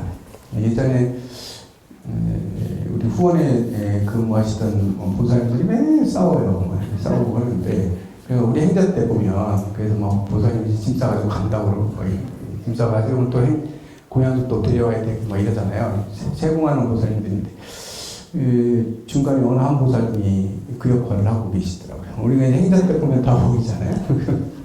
막 와가지고 얘기해요. 저 보살이 저 보살이 막 얘기하잖아요. 그러면 이 보살이 그냥 고개만 끄덕끄덕하고 있는데 그 보살한테 가고 자기가 욕한 거를 저 보살님한테 그렇게 얘기했다. 얘기해가지고 혼나더라고요. 대장 보살을 막 헐들고는 자기가 가가지고 또 자기가 한 얘기를 저 보살이 했다고 이렇게 일러가지고 둘이 싸우게 시키고 막 이러더라고요. 그 보면 한 번 그러는 게 아니라 계속 그러시더라고요. 그 습관적이시더라고요. 자기도 그 의식 안 하고 그렇게 되는 거예요. 이렇게 하게 되는 거. 이게 되게 무서운 겁니다. 내도 모르고 내가 지금 어떤 업을 진행하고 있는지 어떤 일들을 하고 있는지 아무 생각 없이 그냥 행동하고 이러면 돌아보지 않으면 이게 그런 일들을 하게 되는 건데 그 양설 이건 뭐 난 그렇지 않지 뭐 그런데 짚어보면 뭐 정확히 그렇지 않다 해도 그런 요소들을 가지고 우리가 하는 경우 있어요. 이간질 시키는 거예요. 양쪽에 다른 말을 가지고. 이거 양설이죠. 이게 양설이 바로 그런 얘기고요. 그 다음에 악구는 두 번째는 악구잖아요. 악구는 험한 말이에요. 악한 말, 험한 말, 욕도 될 수 있겠죠. 욕이라든가 뭐 이렇게 험악하게 얘기한다거나 아니면 위협한다거나 이런 말들은 다 악구죠. 그래서 상대를 뭐 저주를 한다거나 뭐 이런 것들 다 악구에 들어가요. 욕하고 하는 것들. 이것도 되게 큰 것으로 얘기를 하죠. 그래서 이게 사람들한테 되게 많은 상처를 주고 뭐 이렇게 하죠. 그다음에 세 번째가 망언이에요. 망언은 거짓말이죠. 이게 다 헛된 말들을 하는 거예요. 자꾸 허황된 말들 자꾸 하는 거 이런 것들은 또 구업이죠. 입으로 짓는 업이에요. 망언 거짓말입니다. 거짓말 중에서 제일 큰 거짓말 대망어가 있죠. 대망어는 우리 봤죠. 대망어가 뭐예요? 거짓말은 제일 큰 거짓말. 깨닫지 않았는데 깨달았다고 하는 게 제일 큰 거짓말이라고 얘기해요. 여기 수행자, 옛날 스님들 얘기할 때도 그렇죠. 부처님도 그렇게 얘기했어요. 깨닫지 않았는데 깨달은 척 하는 거예요. 이게 제일 큰 거짓말이라서 그 거짓말을 했을 경우는 지옥하게 떨어져서 못 나온다고 얘기해요. 스님들도. 그래서 사실은 내 스스로 막 내가 깨달았다고 하는 건 좀 위험한 거죠. 착각할 수도 있는 거거든요. 착각해서 막 떠들 수도 있어요. 내가 공부했다고 하는 거. 우리가 어느 정도 공부가 됐다고 느낄 때 스스로 그래서 점검을 해야 되는 거죠. 내가 진짜 깨달았는지 아닌지는 그래서 옛날 어른들이 다 점검하러 다니시는 거죠. 이쪽 가서 점검하고 아니다. 이렇게 깨져버리면 또 이제 막 거기서 다시 분신 내가지고 다시 공부하고 뭐 이러거든요. 근데 이게 깨닫지도 못했는데 깨달았다는 게 제일 큰 망언인 게 왜 그러냐면요. 다른 사람들을 다 끌고 갈 수 있기 때문에 그래요. 이게 잘못된 길로 끌고 갈 수 있기 때문에요. 이게 수행자의 제일 깨달았다고 하면 모든 사람들이 그 사람 말 다 믿고서 그 사람을 이해가지고 끌려다닐 거 아니에요. 그랬을 때 나 혼자만의 문제가 아니라 많은 사람들을 다 안 좋은 길을 끌고 갈 수 있어요. 잘못된 길을 끌고 갈 수 있고, 그 다음에 그렇게 되면 누구를 욕먹이는 거예요? 부처님을 욕먹이는 거죠. 부처님의 가르침에 욕을 보이는 거기 때문에 부처님이 잘못된 걸 부처님이 가르침이라고 거짓말, 잘못되게 인도해서 그렇게 하기 때문에 그래서 깨달았지 못했는데 깨달았다고 착각하거나 해서 하는 이 거짓말을 가장 큰 거짓말로 얘기하고 있습니다. 그래서 망어도 구업 중에 하나다. 큰 구업 중에 하나인 거죠. 그 다음에 마지막에 기여. 저는 네 번째가 기여죠. 비단기자이기 때문에 기여예요. 이게 나의 이권을 위해서 어떻게 하는 거예요? 아부하는 말이에요. 아부하는 말들이죠. 좀 돈 많은 사람한테 계속 아부한다거나 아니면 권력자가 아부한다거나 좋은 말, 뻔들은 말로 계속 하는 것들, 이것도 구업에 들어가는 건데, 이거는 본인을 망칠 뿐만 아니라, 권력자도 망칠 수 있고, 다 망칠 수 있어요. 기여도 조심해야 됩니다. 근데 가끔씩 보면, 남을 칭찬하는 거 되게 좋잖아요. 진짜는 막 남을 계속 칭찬하는 건 좋은 습관이다, 뭐 이런데, 너무 속으로, 별로 아니면서 겉으로만 막 칭찬해 주는 거 있잖아요. 막 그런 줄 알았는데 보니까 말이 바뀌어. 계속 보면 오늘 비슷한 다른데 지금 바뀌고 이러면 신뢰를 잃어버리고 있는 거죠.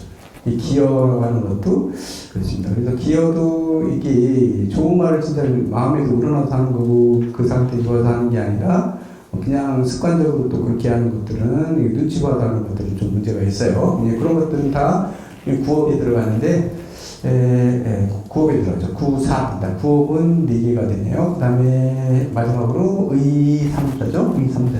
이 마음이거든요. 마음 씀씀이에서도 이제 업이 되는 건데요. 이것들도 보면 이거는 질에 치 이렇게 있어요. 질에 치. 사실은 우리가 일상적으로 봤을 때 뭐라고 하죠? 탐진치로 나오잖아요. 탐한다는 건 뭔가를 탐내고 마음으로 두고 좋아해서 탐내고. 진이라는 것은 화내고 이게 이루어지지 않기 때문에 화내는 거. 그 다음에 치는 그대로 어리석음도 이게 죄거든요. 어리석고 그 다음에 탐내고 성내고 하는 것들이 있는데 여기 우리 사실장에서는 질로 돼 있어요. 질은 질투예요. 누군가에 질투하는 거죠. 질투하는 것도 이게 탐내는 거나 뭐 질투하는 거 비슷해요. 탐내는 게 안 되니까 질투하는 거거든요. 자기가 원하는 게 안 되면 질투로 들어가죠. 이게 좀 통하긴 하죠. 그다음에 N은 미워하는 거거든요. 저 미워하고 이런 거, 화내는 거예요. 통해요. 화내는 거. 그다음에 치는 어리석음인데요. 이 어리석음도 죄가 되죠. 어리석음도 의로서 짓는 죄업에 들어갈 수 있어요. 어리석음을. 우리 난 몰라서 그랬어. 이게 합당한 거가 될 수 있지만 그런 얘기 있잖아요. 뭐 한 번 속으면 뭐 그럴 수 있고, 두 번 속으면 바보고, 세 번 속으면 같이 죄가 똑같다고 같이 지은 거랑 똑같다고 그러잖아요. 죄가 된다고 얘기하잖아요. 속는 것도 계속 속으면 안 되는 거죠. 이게 어리석기 때문에. 어리석음도 죄가 되는 거예요. 그래서 나중에 뭐 안 됐을 때 나 몰라서 그랬어. 이게 이랬다고 해결되는 게 아니죠. 어쨌든 어리석음도 죄이기 때문에 우리가 지혜를 갖추기 위해서 노력해야 되는 겁니다. 이게 좀 제대로 파악하고 제대로 인식하고 제대로 판단하는 거 되게 중요하거든요. 이 어리석으면 계속해서 이렇게 서로 나쁜 것들도 조성해야 되고 결국은 사회가 어지럽게 되고 발전이 없게 되는 거죠. 나뿐만 아니라 모두가 다. 그런 면에서 이 어리석음도 죄가 된다 이렇게 돼 있죠. 그래서 이렇게 네 가지가 있냐. 이 마음으로 봐가지고도 세 가지가 있잖아요. 그래서 신구의 10가지죠. 몸으로 짓는 업 3개, 말로서 짓는 업 4개, 그 다음에 의로서 짓는 업 3개, 그래서 10가지다. 이렇게 되죠. 그 다음 보면, 여시14를, 이와 같은 10가지 일을, 10가지 일은 불순성도하니, 불순성도예요. 아까도 순자 얘기했었는데, 마음이 통해가지고 따라가는 건 순자인데, 그렇지 않으면 불자들인데, 성도를 불순해요. 성도를 불순하죠. 성스러운 길을, 부처님의 길이라든가 진리의 길이나 이런 성스러운 길에 대해서 따라가지 않아요. 그걸 거부하고 있는 거죠. 이게 앞에 얘기했던 10가지 일들이 이것을 하기 때문에 따라가지 않기 때문에, 그러니까 바른 길로 가지 않기 때문에, 깨달음의 길로 가지 않기 때문에, 그 진리의 길로 가지 않기 때문에, 이게 자꾸 거기서 어긋나기 때문에 이것을 시박행이라고 했어요. 이것을 이름해서 시박, 10가지 악행이라고 말한다. 그런 얘기죠. 그 다음 시악약지입니다. 다만 십선행은 뭐냐면 시악약지죠. 이 악을, 이런 악이 10가지 악을 약지, 만약에 그치기만 한다면, 그치는 것을 만약에 그친다면 그것을 이름해서 십선행이라고 할 뿐이다. 십선행이다. 그래서 아까 14를 가지고 선이 되기도 하고 14를 가지고 악이 되기도 한다 했는데, 이 14를 따라서 계속 그 14를 자꾸 추구해 가는 것은 악인 거고, 이것을 따르지 않고 딱 그치는 거야. 거기 탐에 탐진치에서 탐도 그치고 지도 그치고, 그 다음에 어리석음도 그쳐서 지혜로 자꾸 바꾸고 이러면 이것이 이제 반대 개념으로 이런 것들이 바로 십선행이 된다. 이렇게 얘기를 하고 있죠. 그래서 보면 우리가 생활하는 데 있어서 보면 단계별로 얘기할 때 그 계율이라는 것도 마찬가지죠.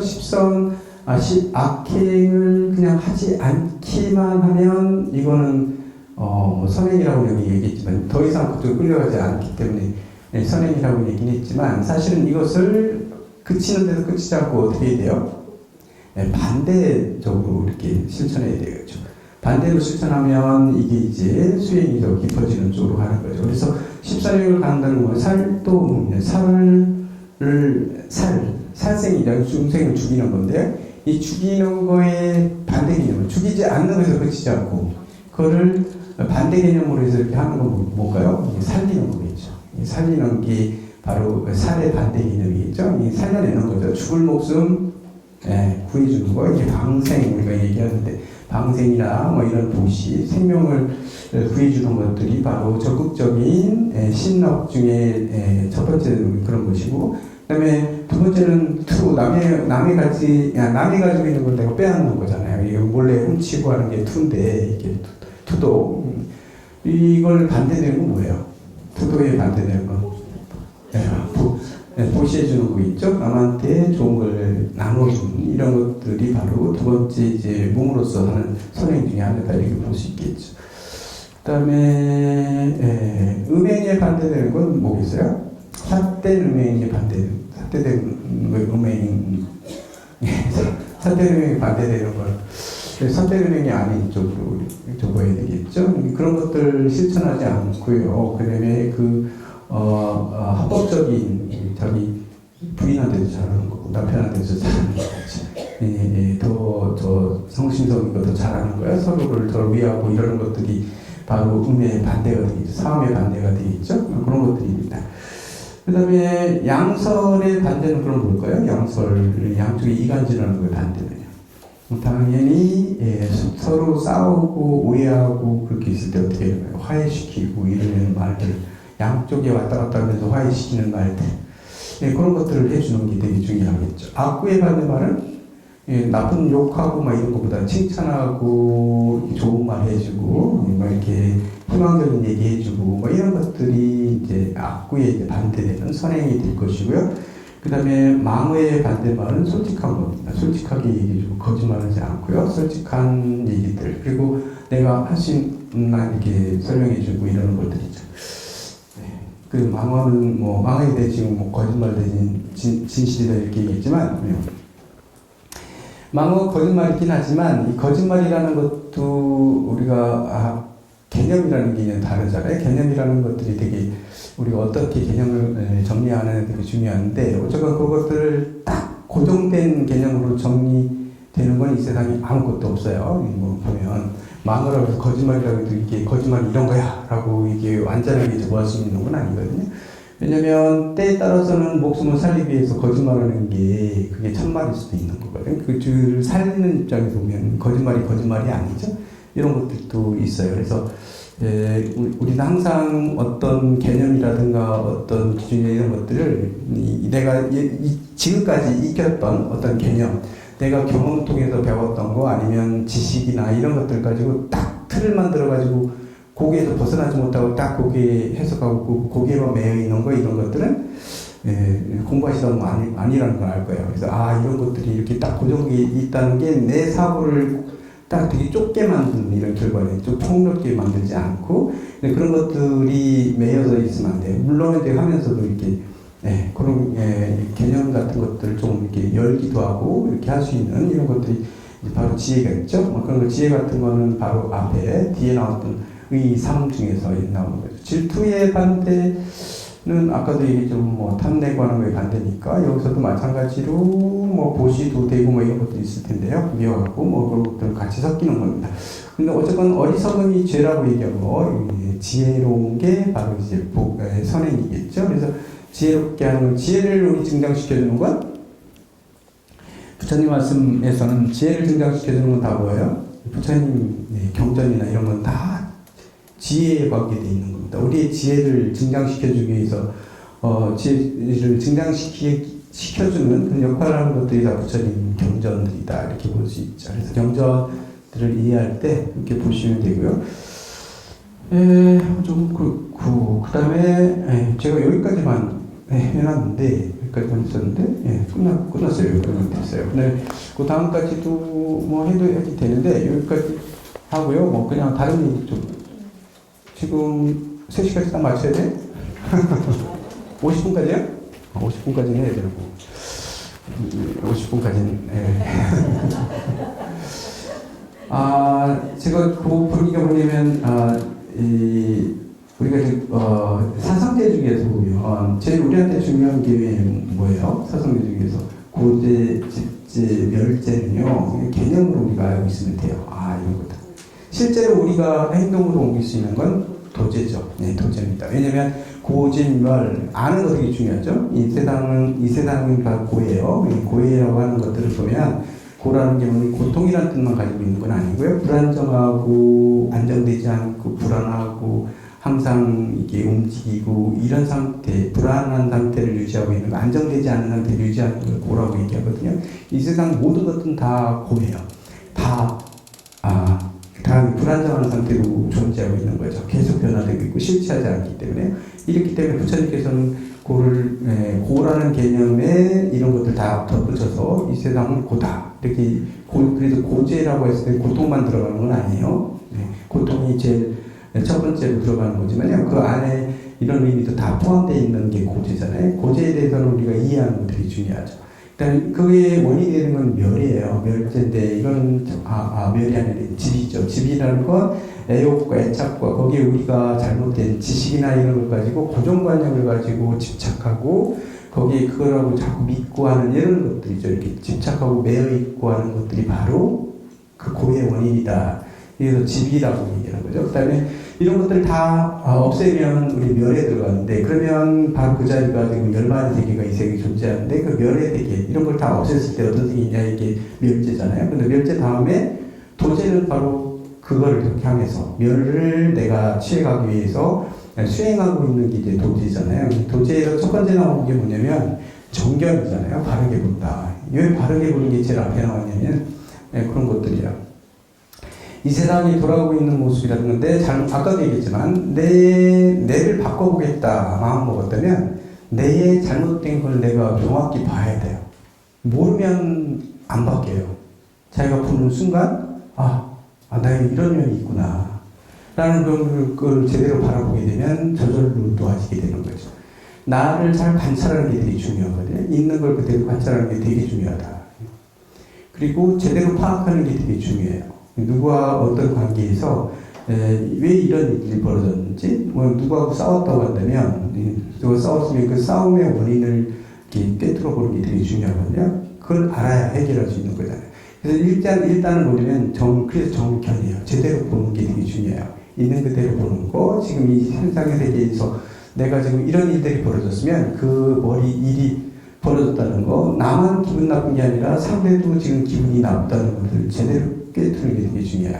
근데 대부분 사람들은 자기 자신에게만 초점을 맞추죠. 내가 기분 나쁜 것만 찾고 상대 기분은 그렇게 배려하지 않아요. 너 때문에 내가 기분 나빠. 서로 그렇게 맨날 싸우는 거죠. 싸우고 막 그러더라고요. 그리고 오해해가지고 미워하고 막 이렇게 되는데 그게 내가 기분 나쁘면 내가 기분 나쁜 면도 있지만 나의 그것 때문에 상대도 기분 나쁜 것 이런 것을 제대로 파악하는 게 되게 중요하거든요. 정견 첫 번째 들어가는 거예요. 제대로 보는 게 중요하죠. 이런 다 무상한 거다는 걸 제대로 보는 거예요. 영원한 게 없어요. 항상 변화되는 거예요.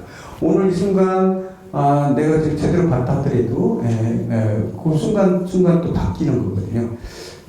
계속 바뀌는 건데 여기 되게 중요해서 바로 그거예요. 그런 것들을 제대로 보게 되면 버릴 수 있게 되는 거죠. 그래서 아까도 오늘 봤던 게 뭐냐면 무의법이 바로 그 대상이 되고 그 무의법을 사문이라고 하면 바로 무의법을 기반으로 해서 무의법을 쟁취하고 무의법 가였는데 그걸 방해하는 건 애와 락이라고 애와 욕이라고 했잖아요. 이런 것들을 다 버리는 게 바로 뭐냐면 그런 것들 제대로 볼 수 있어야 제대로 이런 것들이 다 무상하다는 거, 실체가 없다는 거. 그리고 이런 것들 내가 좋아하고 싫어하는 것들도 다 이 안에서 왜 이렇게 벌어지게 내가 좋아하고 싫어하는지 이런 것들을 꿰뚫어 보는 거. 꿰뚫어 보게 되면 보는 순간 그 다음에 애착이 조금씩 떨어지죠. 보이는 순간 아직까지 화가 많이 났던 것들이 화도 누그러질 수 있고 옅어지는 거예요. 그래서 이게 제대로 봐야 버려지는 거고 제대로 보는 게 되게 중요하다. 그래서 무식한 걸 좋다고 생각하면 안 되고요. 모르면 내가 생각하면 편하지만 모르고 사니까 훨씬 편한데 자꾸 이러면 안 되는 거예요. 알고 또 거기에 마음이 흔들리지 않게 되려면 제대로 알기 시작하면 아는 게 되게 중요한데 알고도 거기에 흔들림이 없죠. 그러면 어떤 경우든지 마음이 평온할 수 있는 거거든요. 그래서 그러다 보면 세상을 이끌어갈 수도 있고 이제 지도자가 될 수도 있는 거고 이런 거거든요. 그래서 그런 게 되게 중요해서 보면 이 10가지에 대해서도 보니 이 시각을 제대로 알고 있는 게 중요하죠. 제대로 알고 그걸 알아야만 그걸 극복해낼 수 있고 알아야만 그걸 극복하고 바른 길로 나아갈 수 있는 거거든요. 이게 모르면 안 되는 거예요. 보여야 버릴 수도 있는 겁니다. 근데 어차피 버릴 건데 내가 뭐하러 공부해가지고 눈 감고 살면 평생 거기에 매어 살게 되는 거다. 거기서 벗어나지 못하게 된다는 얘기죠. 오히려 꽉 묶여서 사는 겁니다. 모르고 있으면요. 근데 알아야 거기서 벗어날 수 있다. 그래서 부처님은 수행하라고 얘기했고 사성제 제대로 이렇게 파악하라고. 사성제에서 그리고 팔정도에서 정견, 정사योग 요 8가지 방법을 제시하고 있는 거다. 이렇게 보시고요. 그런 내용들과 수행하는 방법에 대한 것들이 42장경에 나오는 것이니까 이렇게 아주 어렵진 않아요. 그러니까 계속해서 한번 보도록 하고요. 오늘은 여기서 끝내죠. 고생하셨습니다.